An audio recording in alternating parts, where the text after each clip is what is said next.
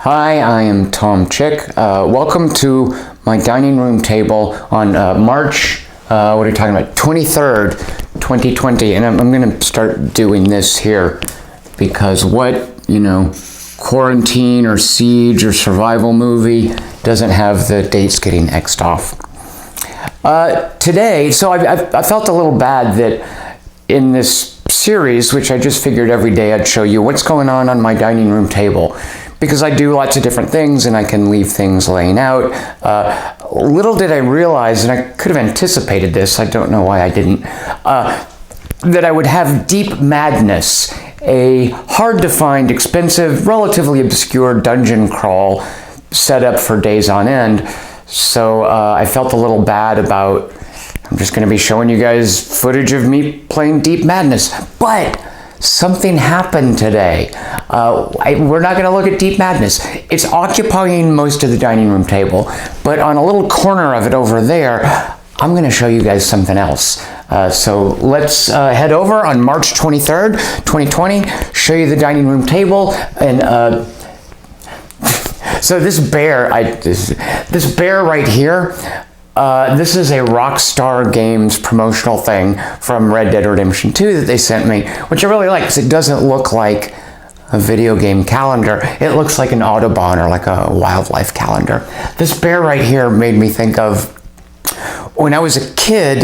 There was a movie called, it was like The Adventures of the Wilderness Family, and it's a family movie about people that move out into the wild to restart their lives, and there's mom and dad and brother and sister and I think a little kid, and they've got a dog, and the climax of the movie is a giant bear attacks their cabin, and the bear, it's called Three Toes because apparently it lost two of its toes in an industrial accident, or I don't know, salmon fishing accident. How do bears lose their toes? I don't know. Anyway, the bear was called Three Toes, and the climax of the movie is Three Toes laying siege to their cabin, and it's going to eat them. It's going to eat the mom and the dad and the brother and the sister and the little kid and the dog, and they're all in peril, but it's a family movie, so they're not.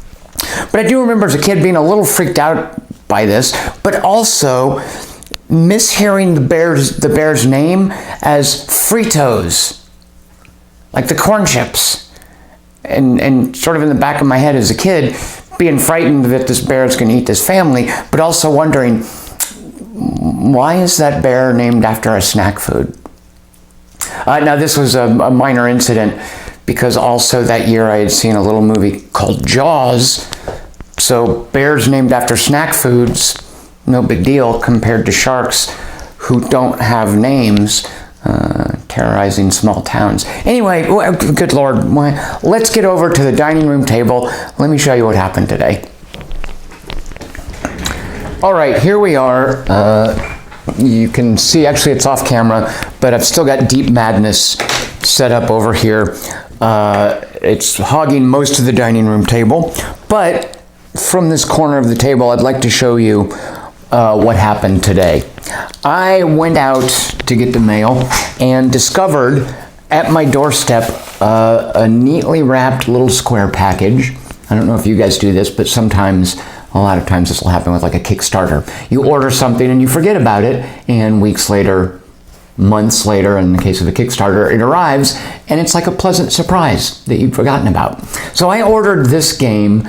It must have been at least 3 weeks ago, and it shipped from the UK, and it shipped by, presumably it went also by slow boat from China, not literally, but it eventually arrived today. They had given me a delivery date that was something like, hey, sometime between March 16th and April 4th.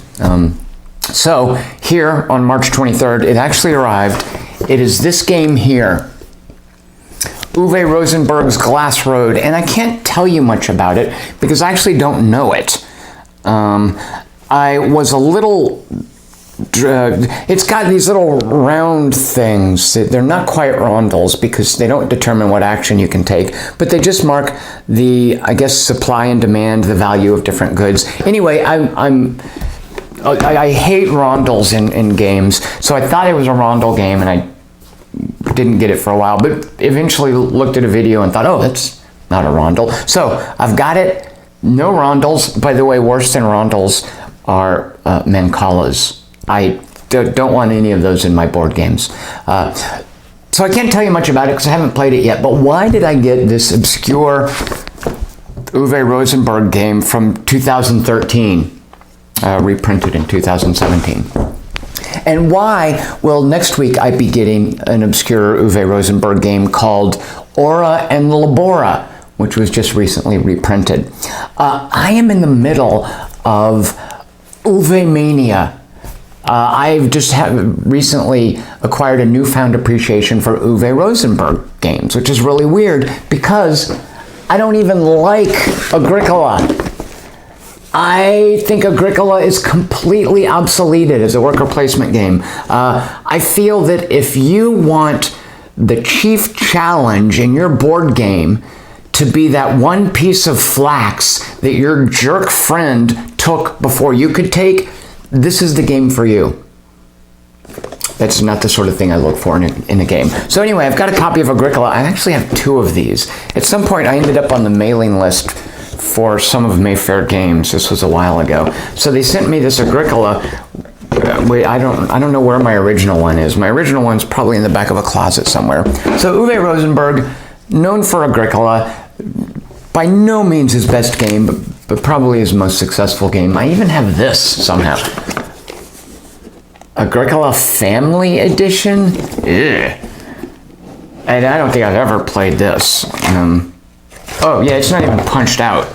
That tells you all you need to know about my opinion of Agricola, that this isn't even punched or sorted. Anyway, not an Agricola fan, and for the longest time that made me think, oh, well, therefore I'm also not an Uwe Rosenberg fan. But I did always kind of have a weak spot for Le Havre. Just Le Havre, just say Le Havre, just ignore this right here. It's like the word macabre. Don't go macabre, macabre. Don't say Le Havre, Le Havre, just say Le Havre. I've always liked this for, I guess, the theming, this idea of a little harbor town and how you progress an economy to build big old ships, like steel ships. And I also like the interactivity of it, in that you have buildings and you use each other's buildings. And I didn't even know, I mean, I guess there isn't technically a solo mode for this, but it does say 1 to 5 players, doesn't it? Where did I see that somewhere? I'm almost positive. Yeah, 1 to 5 players. And so, because I haven't had this out in a while, I opened it up and I looked at it and I was like, let me check out the solitaire rules. There's no solitaire rules. You just set up a 1-player game. And then following the rules, if you have the most points at the end of the game, you've won. So I think it's a solitaire game you can't lose. Although, you know, the flip side of that is you would also have the least amount of points at the end of the game. So my feeling about Uwe Rosenberg for the longest time, oh yeah, that's the guy that made Agricola. I don't like Uwe Rosenberg games, but I do like Le Havre. At some point, and when did this happen? This would have been a month, 2 months ago. While just casting about, reading about different solitaire games, I came upon some folks talking about how Uwe Rosenberg's economic engine Euro games work great solitaire because in a lot of cases there's not a lot of player interaction. And that got me thinking, oh, that's a good point. Let me look into that. So that's what I've been doing, and that's accounted for my Uwe-mania recently, is I've been gathering a ton of Uwe Rosenberg games, whereas previously I had Agricola, Le Havre, I also had one that I constantly forget is an Uwe Rosenberg game. It's the last one I'll show you here.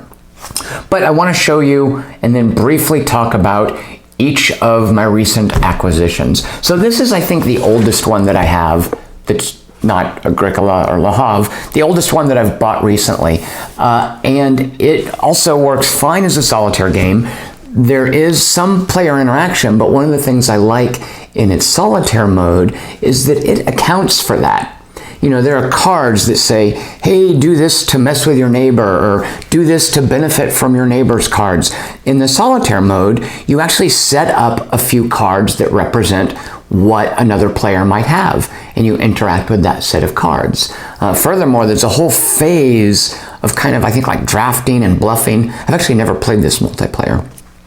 that is replaced in the solitaire mode with managing a grid of cards that slides upwards and has varying costs so that you can manage this grid and maybe buy something to make a slot for a card to get cheaper.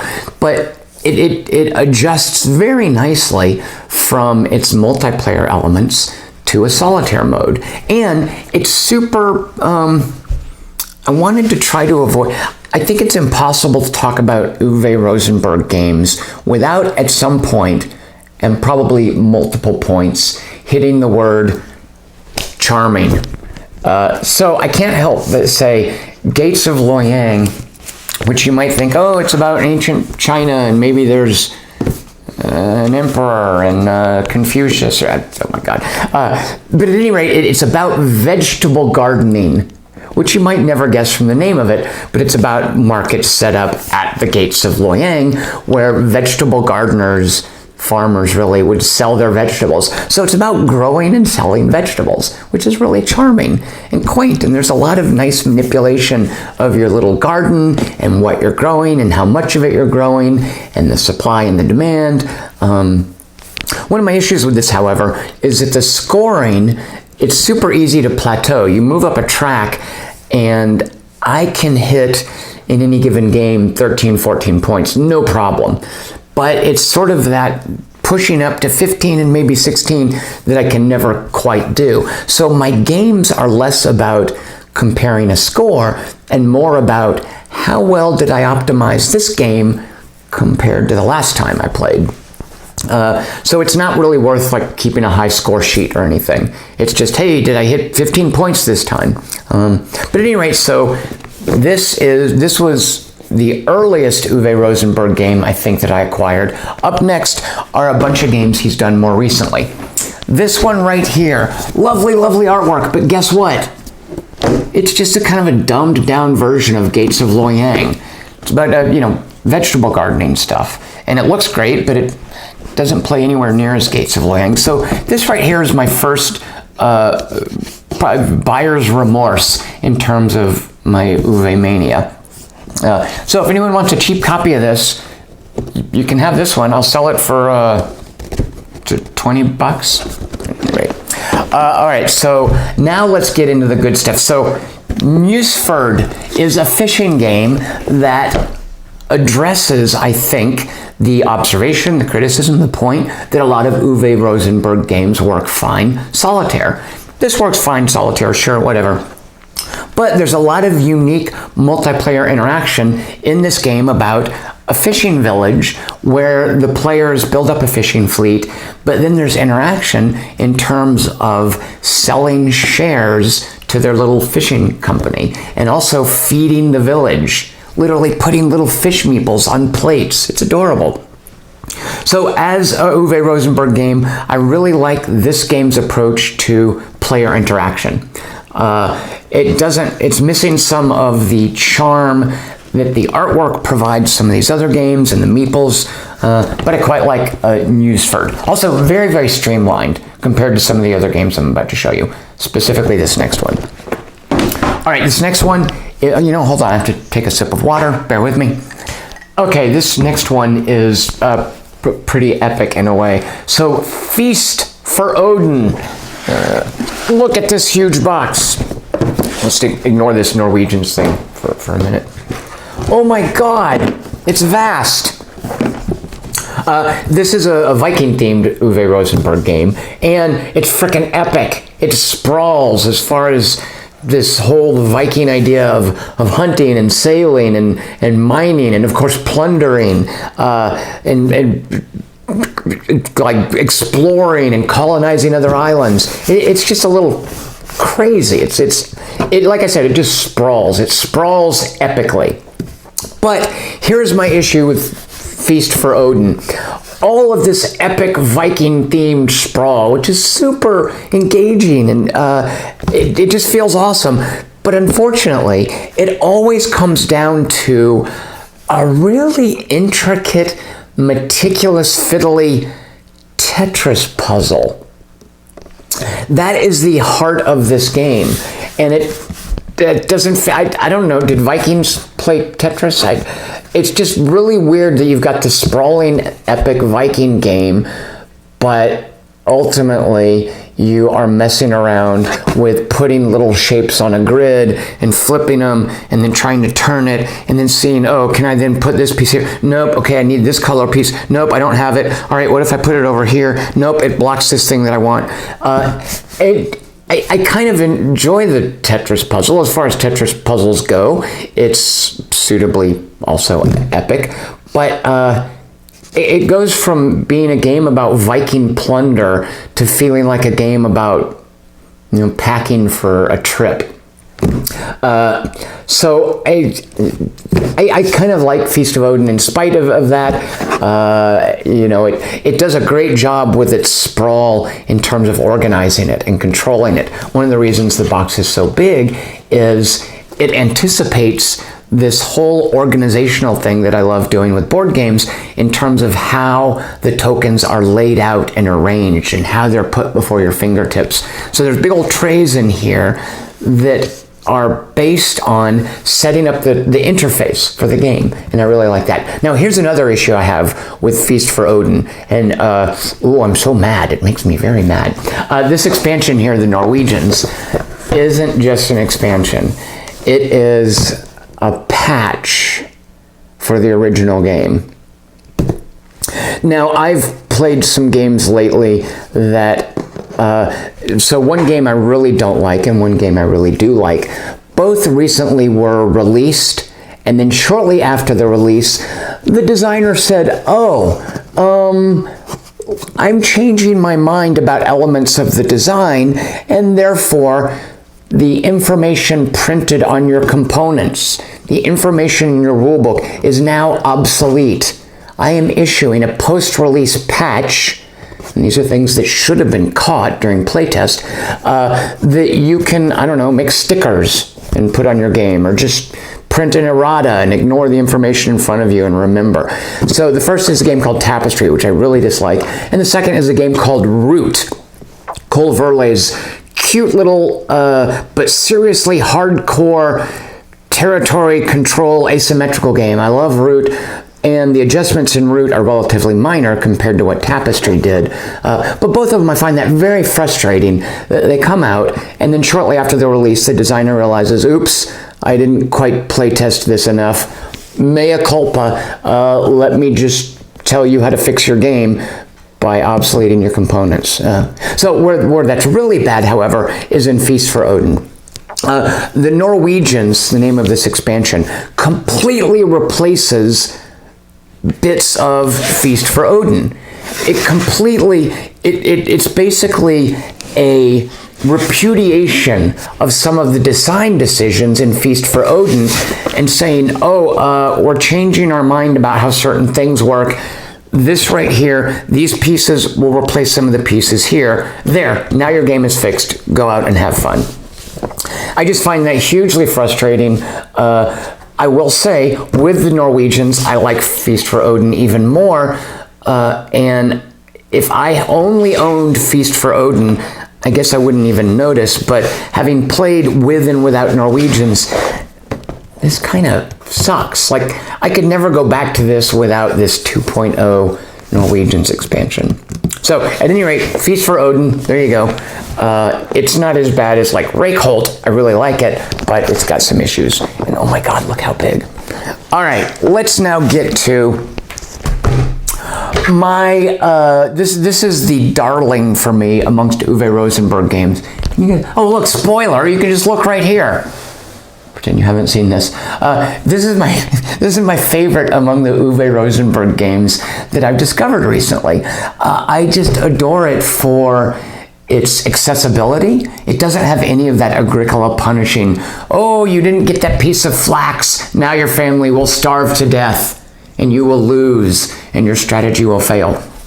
This game, I'll just go ahead and show you. Fields of Arle is really accessible and forgiving in a good way.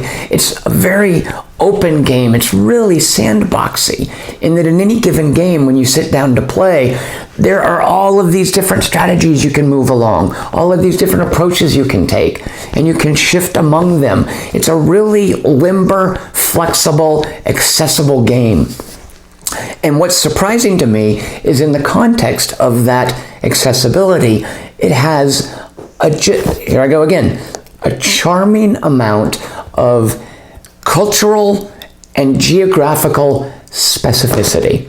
And I hope to do a video to talk more specifically about why I like Fields of Arle above and beyond the other Uwe Rosenberg games. This just has such a place in my heart. I have such warm feelings for Fields of Arle, which is a bit of a silly thing to say about a board game, right? But it's, okay, third time. I'm only going to use this word 3 times. Its charm really won me over. It also has an expansion, which, this expansion, kind of optional. I like what it adds, but you know what? This is still a great game, even without this. Also, weirdly enough, works fine solitaire, and I think this says a lot about the focus of the design. It's 2-player only. This adds a 3rd player if you want, but why would you want to? So 2-player, 1-player only. So I hope to have more to say about Fields of Arle in a future video, but let me now get to my last Uwe Rosenberg game, which I keep forgetting is an Uwe Rosenberg game. And one of the reasons is, hold on, another drink of water. And one of the reasons I keep forgetting it's an Uwe Rosenberg game is, unlike all of these other things I've showed you, Caverna has this kind I messed up my Deep Madness setup. Caverna has this kind of silly fantasy theming about dwarves who go out on adventures, and it's made all the more pronounced by this Forgotten Folk expansion, which adds like fairy people and crystal people and, I don't know, elves and whatnot. And this is also, in a way, not to the degree of Feast for Odin, but more along the lines of the Feast for Odin side of the spectrum than the Newsford side of the spectrum, Newsford being super streamlined. It's a big, sprawling, also sandboxy, open game about dwarves going on adventures, but I think it relies on some player interaction. I haven't played it in a while. And also, I haven't played it in a while because one of my best board gaming friends, who I really admire his take on board games, he adores Agricola, and he claims it's his favorite board game, which nobody's favorite board game is Agricola. How can that be true? But he hates Caverna, so we don't play it much, and I kind of want to go back and revisit it to see if I can understand a little more directly why he hates Caverna. But this has been sitting on the shelves for a while, and I've actually had this, and like I said, keep forgetting it's Uwe Rosenberg. So when I began my Uwe-mania, when I was collecting all these Uwe Rosenberg games, I thought, yeah, I've got Agricola and I've got Le Havre, let me procure more. And then at a certain point I realized, oh wait, that Caverna box, yeah, that's Uwe Rosenberg. So, yeah, there's me just telling you about my Uwe Rosenberg games. I had notes here that, oh well, I didn't even refer to them. So what's going on in my dining room table is I'm not going to do an unboxing video. Unboxing videos are just so, look, no offense to anyone doing an unboxing video, fine. I understand the enthusiasm. I understand the desire to share that enthusiasm, but I find unboxing videos so tedious and inane. Is that a dick thing to say? I apologize. So rather than subject you to an unboxing video of Glass Road, I'm just going to do this on my own time, but this is what I'll be doing with this corner of the dining room table that doesn't have Deep Madness set up on it, is I will be unboxing and punching and sorting Glass Road and reading over the rules. So if you'll excuse me, I'm going to go do that now. This has been my March 23rd dining room table. Everyone stay safe, stay healthy, take care of yourselves, and we'll be back soon. Cheers.